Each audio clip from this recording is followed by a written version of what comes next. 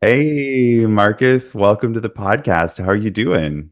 I'm good. How are you, Calan? I'm doing very well. I'm really excited to dive into today's topic with you.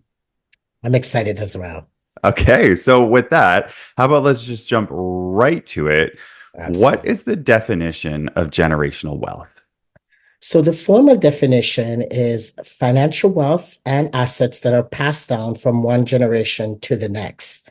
Now, some examples of generational wealth or financial wealth, which is money, savings, investment, whereas assets are concerned, house, real estate, collectibles, precious metals, gems, business ownership, intellectual property, charitable foundations, and like endowments. Now, over the years, working with different clients, I've developed a different understanding of what generational wealth really means. Consider this. Even if you are able to pass down $10 million to the next generation in your family, it won't get them very far if you have not passed down skills to identify and manage stress, navigate relationships, heal, and enjoy, experience joy. So for me, financial wellness is generational wealth because generational wealth is about learning and practicing the tools to not only attain and retain wealth, but it's about how to enjoy it and use it to unlock your dreams and to look after your well-being. Okay, so I heard you say skills in there for the next generation, which is really, really important because I've definitely seen instances a lot of the time you see the rich people and then you see their kids and they're kind of I don't know how to say this nicely screw ups because they kind of just lived the easy life and then they've seen studies where it actually goes back and forth where it's like one generation will make it, the next Mhm. generation kind of loses it or really screws around with it, Yeah, and then it's the generation after that that sees their parents screw up that they go, oh no, I'm going to go back to what grandma did or what grandpa did, yeah. and then like figure this out again. And so, can we dive a little bit more into the skills part about passing those skills on? Yeah, yeah. Again, it's really important because we learn from our parents, we learn from our grandparents, whoever the adult is in our life, and how they function around money. And so, even when money is passed down to us, if you don't know how to sort of manage that money, with knowledge, also looking after certain other things, right? Because there's money, there's your emotional health, your relational health, and there's your physical health. All of that goes into looking after your generational wealth. So again, you need skills that you have to learn from somewhere. If you didn't get it from your parents, you have to reach out and access help. Yeah. Financial coaches, again, financial service reps, and research.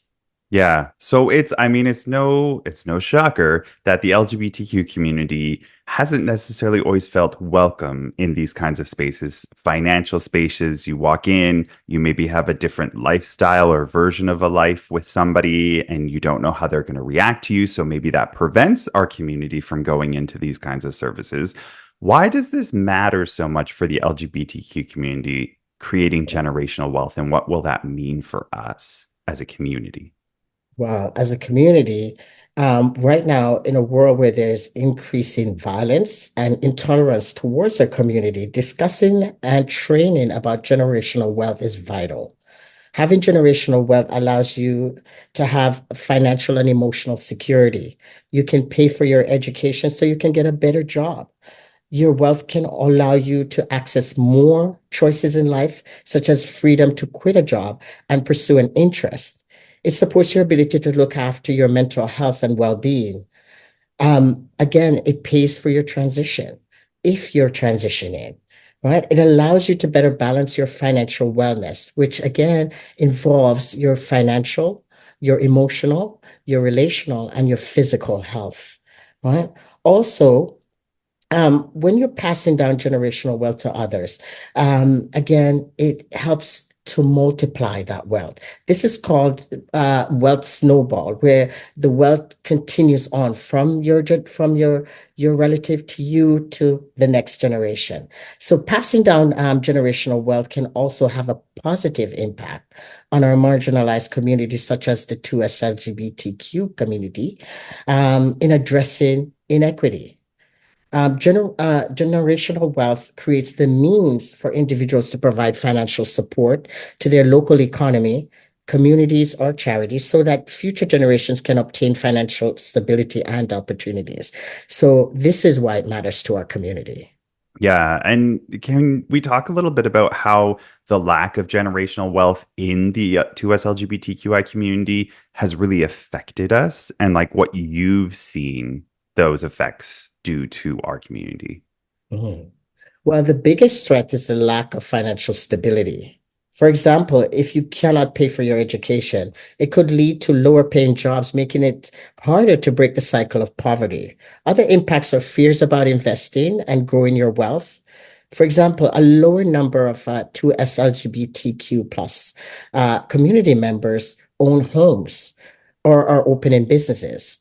So we are not as involved in the economy and shaping it to support our unique needs. Another concern is just feeling stuck and unable to live freely and safely.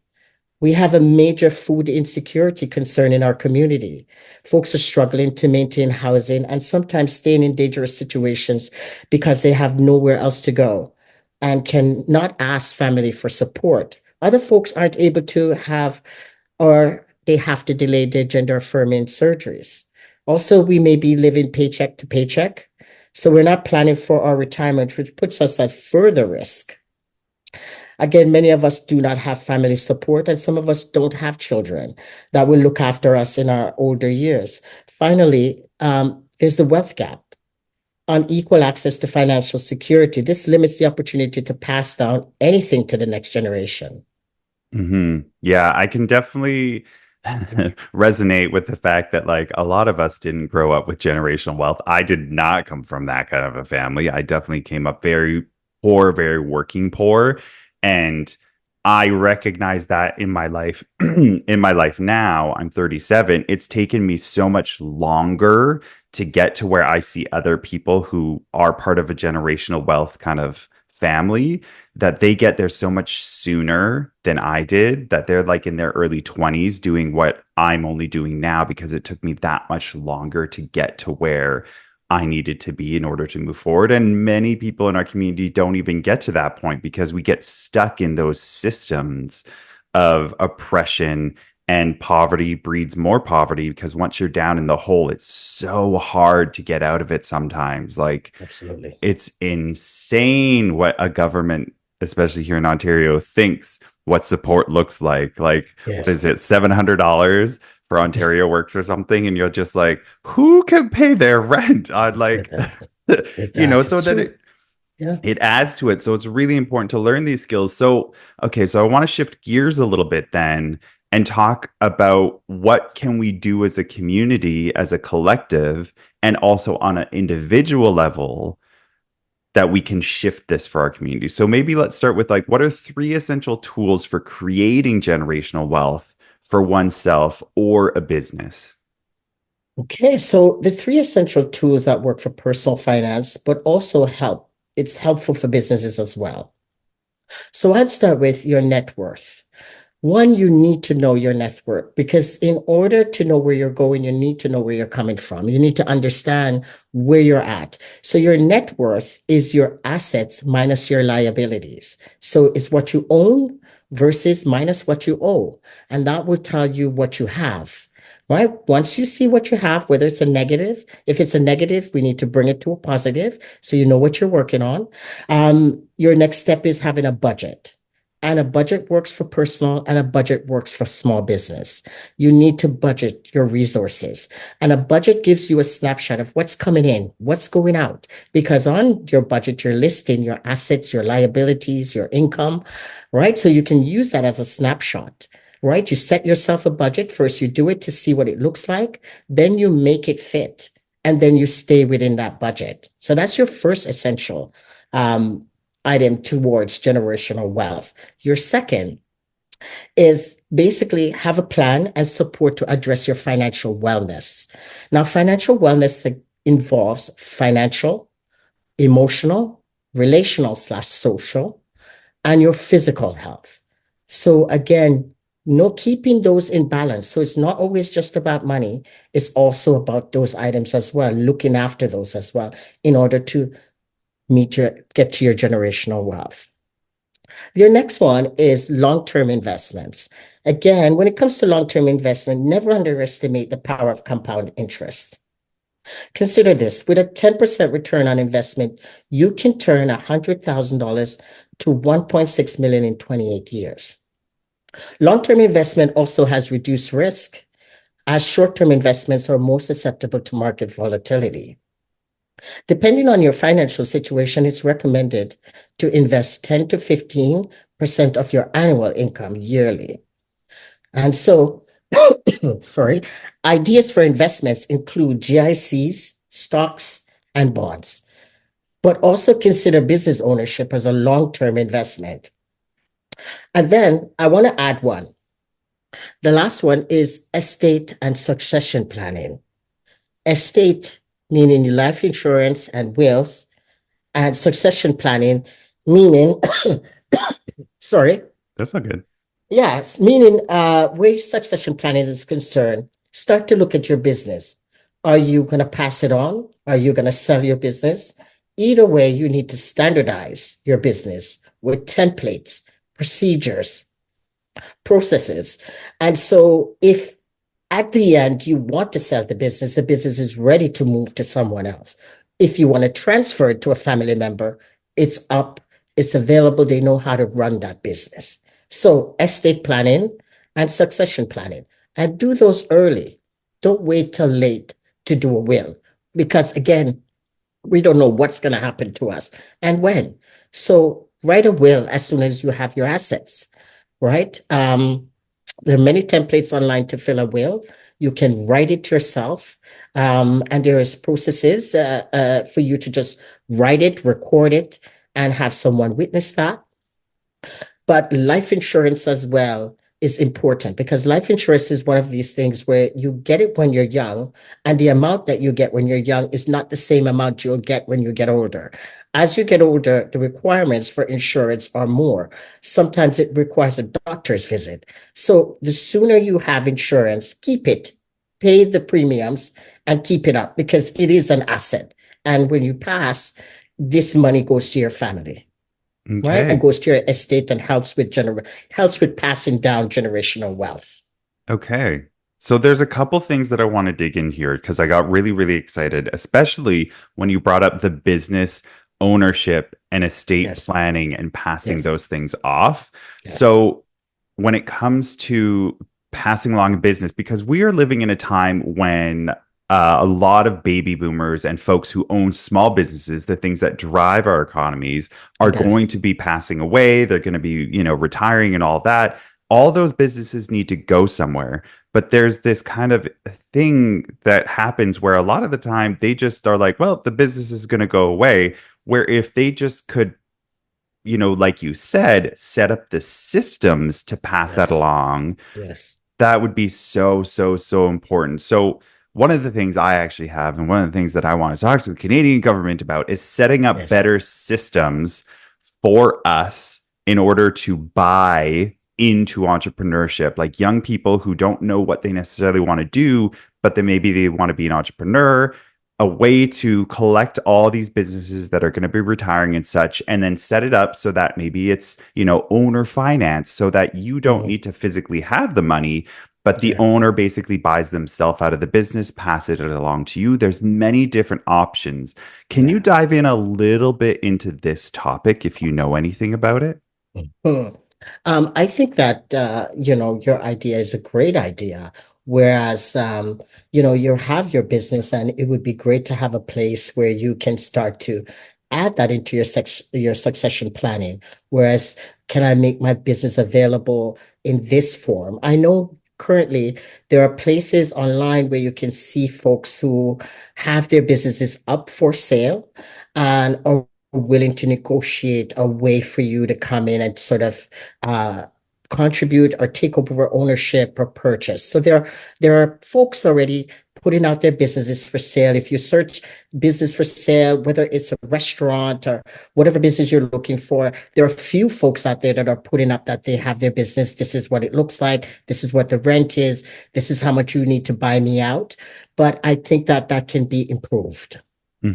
Yeah, there definitely needs to be better structures put in place Yes.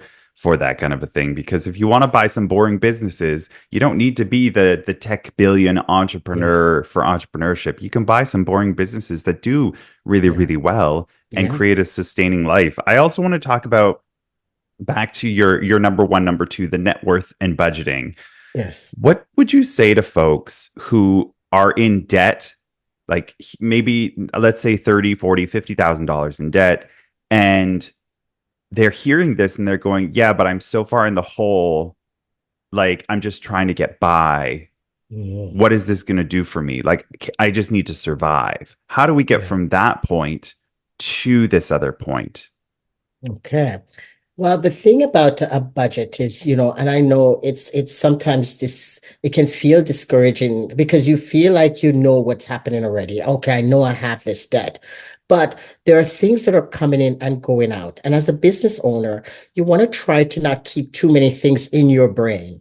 You want to try to put things down on paper, which then takes it out of your brain, relieving you of some of the stress because it's written down. That's what the budget does. So you know that you're 30,000 in the hole. But where is the money going? What's coming in? What's going out?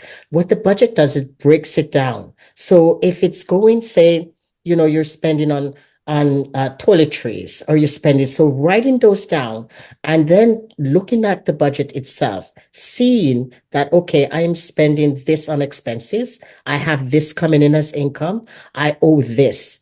Right. So now you get everything on one paper in front of you, as opposed to in your mind, I have the 30,000. Last month, I wanted to spend maybe 5,000 on expenses, but I end up spending six.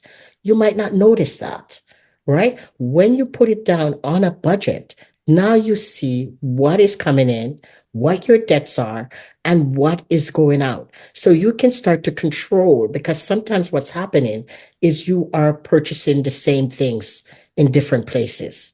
Say, for instance, you have internet and you have your cell phone, right? You are paying for internet on your cell phone, you are paying for internet in your business or at your home, right? Do you need both? Right? In a time of crunch, you could get rid of the one at home, or you could get rid of the one on your phone, right? Or say, for instance, streaming. If you're streaming in different places, you have cable, but you're streaming, right? You could get rid of the cable and start to use YouTube. You're not going to notice those things all in your mind, but if you put them down on the budget, you'll see this is where my money is going. Oh, I'm paying for YouTube. Oh, I'm paying for this. These things do the same thing. So now you can consolidate all your expenses, what's going out. And then you can have a snapshot of what's coming in and see right away, you know what? I need to increase my income because my income is low. It doesn't matter. I'm at the budget, whereas my expenses are concerned. I brought everything down, but I'm still falling behind. Your income is low, right? Mhm. So somewhere there, no matter what you do, you're gonna have to add some income. The budget shows you that in a snapshot as opposed to you focusing on the 30,000 that you owe. Yeah. So I'm guessing you have some sort of spreadsheets and things that you work with that help lay all of this out. Right. Mhm. Yes. Yeah. All right. So when somebody works with you, is this Yes. kind of what you walk them through? Is like these budget spreadsheets and like how to use them and how to template things out? Because like I love me a template. I do too. I love a template as well. Because I feel like you do it once, you use it, maybe you update it, but templates are good. So you're not doing the same work over and over again, because that's how our brain works. Our brain always wants us to be comfortable, and anything that causes stress, our brain tends to pull away from. So when you put on a template, it stops you from doing that, going through that fear over and over again. It's done. So now you're just working with your template. So that is what I do with my clients. Our first sessions are about goal setting. What are we trying to achieve? Um, and once we set those goals, we always pick about three goals that we're trying to achieve. And then we look at a budget. We fill out a budget because in order to help my clients, I need to know your entire financial picture, right? I can't just know one piece and then proceed to help. I need to know where everything is. Your savings, your investments, your debts. Where are those? Any inheritance. So the budget helps us to get all of that on paper. Once Hmm. we have all that on paper, one of the things that I do as a financial coach is I'm about teaching you about your finance. I'm not about doing it for you. We're doing it together, but I want you to understand why I'm doing this, what decisions that, and you're making decisions. How do you feel about that? So we do a budget, and then what I do is I change that budget. I scrunch that budget down. So I bring it down to your basics, and I do ask you, can you do without this? Can we do without that? Can we try this? So I bring you a new budget, bringing you right down to the bare minimum. And sometimes look at the budget and I have to tell you, you have to get more income. Or I'm saying, let's get rid of this. Let's try this. So I give my clients ideas on how we can make things better. And how we can achieve the goal. Because sometimes the goal is investment. Sometimes the goal is paying down debt, right? Sometimes the goal is basically getting the down payment for my business or a down payment for a house. And so, whatever those goals are, this is how we gear how our work's going to be done. But everything begins with a goal setting and a budget. And so that when we get to the end, those three goals we're going to revisit, and you're going to leave with a plan for all three. You're going to probably complete the first ones before you even leave me. And the second and third, we are going to continue to work on. Hmm. I can only imagine that inadvertently there's a lot of shame conversations that you have to work through with folks who like I can only imagine somebody brings you everything and then you're like, no, this isn't adding up. Like what's not there? And it's like there's Yeah. shame that's hiding in the corner of like, oh, I have this debt or I have this. Is that a definitely a part of the work you do? Yes, it's a part of the work we do. My wife, Tennille Brown, is a psychotherapist. So we have a service called financial trauma.